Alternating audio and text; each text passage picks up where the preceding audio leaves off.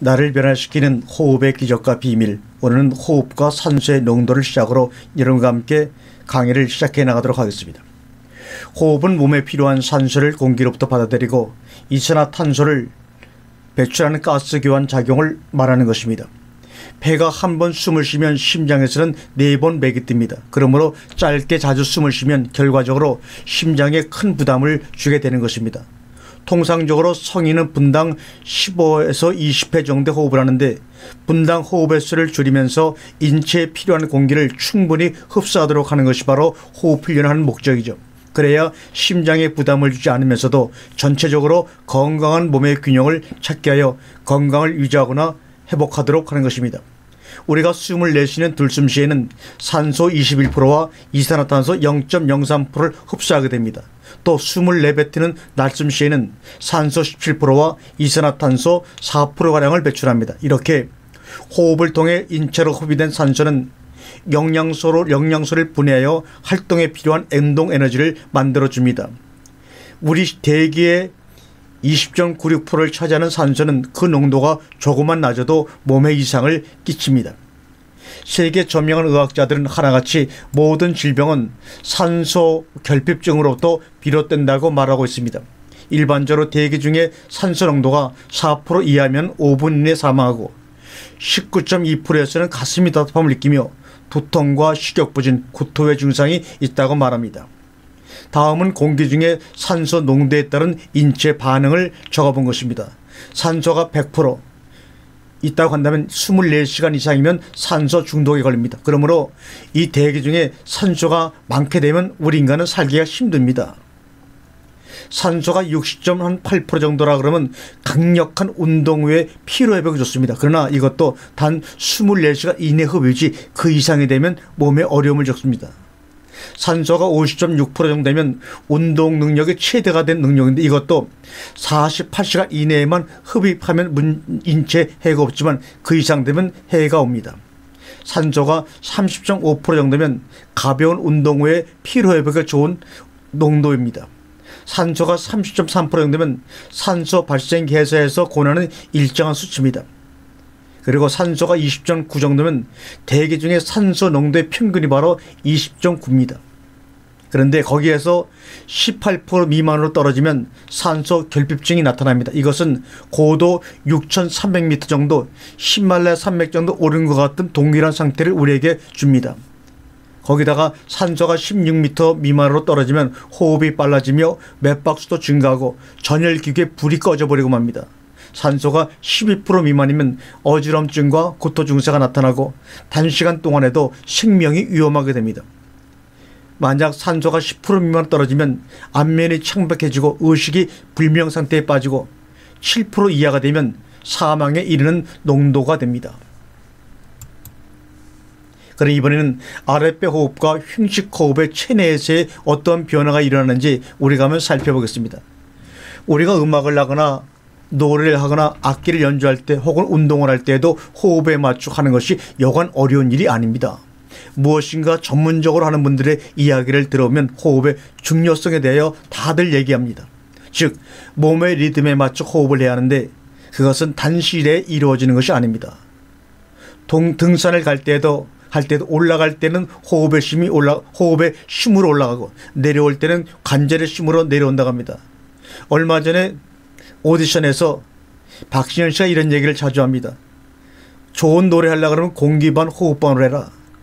그것이 얼마나 정말 쉬운 얘기지만 얼마나 힘든 훈련이 없으면 되기가 쉽지 않은 것입니다. 공기와 호흡을 잘 조정해서 균형을 잡아서 노래를 하라는 겁니다. 그렇게만 할 수 있다면 아무로 아름다운 곡이 목소리가 나올 것입니다. 대다수 일반인들은 가슴과 어깨로 하는 흉식 호흡을 하지만 위에 얘기하는 분들은 시중에서 말하는 복식 호흡의 중요성에 대해서 이야기를 한 것입니다. 오늘 여기서는 복식 호흡보다 한 단계 윗수준인 아랫배 호흡에 대하여 얘기하고자 합니다. 우선 아랫배 호흡을 하게 되면 복부의 복압이 높아지는 것을 누구나 경험합니다. 한번 잠시 멈추어 여러분 배꼽 밑에 아랫배 부분에 복압이 모아져 있는가, 아니면 호흡을 하는 순간 아랫배가 든든한 느낌이 나는가 한번 보시기 바랍니다. 자, 호흡을 들이키시고요. 자, 보세요. 아랫배부분에 복합이 모아져 있습니까? 호흡하는 순간 아랫배가 든든한 느낌이 나는가요? 아마 대다수의 분들이 복부가 비어있는 느낌을 분명히 받을 것입니다. 이렇게 아랫배 부분에 복합이 모아져 있는 수준에 따라 사람의 건강 유무나 앞으로 어떻게 건강이 진행될 것인지를 판단할 수 있는 시금석이 됩니다. 저도 호흡을 오랫동안 하다 보니까 사람들이 호흡하는 모습이나 호흡의 수준을 보게 되면 이 사람이 지금 불면증을 앓고 있다든지 우울증에 걸려 있다든지 아니면 몸의 상태가 어떻다든지 아니면 앞으로 얼마 뒤에 이러한 질병에 걸릴 확률이 어느 정도 있다는 것을 판단해낼 수가 있습니다. 우리가 일반적으로 운동을 하면서 소위 말하는 복식 호흡을 하기는 좀 어렵습니다. 우리가 좋아하는 유산소 운동을 할 경우에는 흉식 호흡을 하게 되고 운동이 끝났을 때 복식 호흡을 하게 되는 것이지 유산소 운동 자체가 복식 호흡이 아닙니다. 걷기 운동도 유산소 운동이긴 해도 복식 호흡으로 이루어진 운동이 아니므로 걷기 운동이나 기타 운동을 한 다음 호흡 훈련을 따로 할 필요가 없다고 생각하는 분들은 잘못된 생각입니다. 그래서 과거에 운동을 많이 한 분들이 장수하지 못하고 노후에 어려움을 겪은 이유는 뭐냐? 바로 이러한 호흡 훈련을 따로 하지 않았고 그저 자기가 하는 운동을 통해서 호흡 훈련을 대체한다고 잘못된 생각이 그런 어려움을 노후에 겪게 되는 것입니다. 그러므로 유산소 운동을 비롯한 운동을 마친 후에 잠시 동안에도 아랫배 호흡을 하여 운동을 마무리하면 건강 증진이 놀랍게 이루어지는 것을 즉시 경험하게 될 것입니다. 여러분, 아랫배 호흡을 통하여 복압이 높아지면 당연히 심장의 압력이 떨어지게 되어 자연스럽게 심장으로 많은 혈액이 흘러들어가 이로 인해 심신의 안정이 이루어지고 부교감 신경을 활성화하실 뿐만 아니라 뇌와 오장 육부 내장에까지 충분한 혈액을 공급할 수 있는 특징이 아랫배 호흡을 통하여 생기는 것입니다. 이것을 한의학에서는 스승하강이라고 하며 우리 선조들은 이것을 인체 건강의 척도로 귀중히 여겼습니다. 그럼 스승하강이란 전에도 말씀을 드렸지만 뜨거운 기운은 내려오고 찬 기운은 올라가서 머리는 차게 하고 배는 따뜻하게 됨을 뜻하는 것입니다. 예를 들어 머리가 찬 것은 물의 기운이 위로 올라가는 것이고 아래가 따뜻한 것은 불의 기운이 아래로 내려왔다는 것을 뜻하는 것입니다. 그렇게 되면 오장육부에서 혈액과 기운의 순환이 이루어집니다. 스승하강으로 자연스럽게 순환이 이루어진다면 몸의 균형이 유지되는데 만약 이것이 어긋나 머리가 뜨겁고 배가 차갑게 되면 순환이 깨지게 되고 내장 기관에 혈액이 공급되지 못하는 것입니다. 머리에 열이나 두통이 생기면 여러분 알다시피 건강의 균형이 깨져버리고 마는 것입니다. 머리가 자주 열이 나거나 두통이 빈번한 번변 오는 분들은 약으로 해결하려고 할 것이 아니라 이미 깨져버린 건강의 균형을 잡아주기 위해 깊은 호흡을 통하여 산소를 충분히 뇌에 공급해주고 몸 안에서 수승하강이 제대로 이루어지도록 하는 것이 급선무입니다.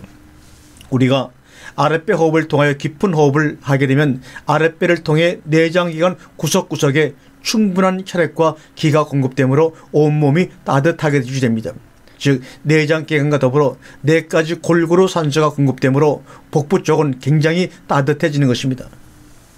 우리가 소위 말하는 유산소 운동은 가슴과 어깨로 하는 흉식 호흡을 통하여 이루어지게 아랫배 호흡과 반대로 교감신경을 활성화시킵니다. 교감신경이 활성화됨으로 인해 심혈관계의 강화를 이끌어내지만 그것은 잠시 동안의 억지적인 측면이 있는 것입니다. 아랫배 호흡과 걷기 운동을 다시 말하면 흉식 호흡을 각각 10분간 시킨 후에 몸의 온도 변화를 어떻게 나타나는지 두 사례를 비교한 데이터가 있습니다. 이것은 KBS TV 생로병수의 비밀에서 취재팀들이 시험한 데이터를 참고로 여러분에게 말씀을 드리는 겁니다. 아랫배 호흡을 하고 걷기 운동을 통해서 흉식 호흡을 한 사람들을 10분 뒤에 그들의 체내의 체열의 변화를 체크한 것입니다. 여기에는 그림을 나타낼 수가 없지만 왼쪽에 아랫배 호흡을 한 뒤에 아랫배를 보면 빨갛게 체온이 상승한 것을 볼 수 있었고요. 오른쪽에 흉식 호흡을 한 뒤에 체온 변화를 보게 되면 파랗게 체온이 내려간 것을 볼 수가 있습니다. 얼굴과 가슴과 아랫배 세 가지를 넣고 데이터를 검사했습니다. 얼굴의 경우 아랫배 호흡의 경우 30도에서 28.9도로 안면 온도가 약 2도가량 떨어졌습니다. 이에 비해 흉식 호흡의 경우 31.3도에서 30도 정도로 1.3도 떨어졌습니다. 두 호흡 모두 안면의 온도가 떨어졌음을 알 수가 있습니다. 그러나 아랫배 호흡이 0.7도 더 떨어졌습니다. 이것은 체내에서는 엄청난 차이입니다. 즉 호흡 후 머리가 맑아지고 시원해진 느낌을 받는데 이것은 안면의 온도가 떨어졌기 때문입니다. 가슴 부위의 하락 정도는 더 컸는데 두 호흡 모두 30도에서 25도로 무려 5도가량이나 떨어졌습니다. 그래서 가슴이 시원해진다고 하는 것입니다. 그런데 아랫배 즉 배꼽 아랫부분의 체온은 두 호흡 사이에서 차이가 많이 났습니다. 체열 측정 모니터를 보면 아랫배 호흡을 한 사람은 상체보다 하체에 열이 더 많이 감지되는 것으로 나타났습니다. 아랫배 온도가 높아 왼쪽 사진은 체열 사진이 아주 빨갛게 나타난 반면 오른쪽에 흉식 호흡을 한 유산소 걷기 운동을 한 사람의 그 체열은 낮아서 파랗게 나타난 것을 우리는 사진에서 보았습니다. 현대인들은 대부분 스트레스에 짓눌려 삽니다.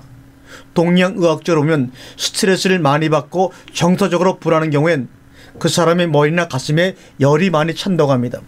이런 사람들은 대체로 호흡이 낮은데 개중엔 크게 한숨을 쉬지 않으면 너무나 답답해서 못 견디는 사람도 있습니다. 두통으로 머리가 지끈거리는 사람 이마를 만져보면 뜨겁습니다. 또한 속이 상해 화병을 앓는 사람에게서도 뜨거운 기운이 가슴으로부터 뭉쳐서 나오는 것을 느낄 수가 있습니다. 이런 스트레스나 화병을 다스리기 위해서 머리는 차게 하고 아랫배는 따뜻하게 해줘야 합니다. 아랫배 호흡은 몸의 향상성을 유지해줍니다.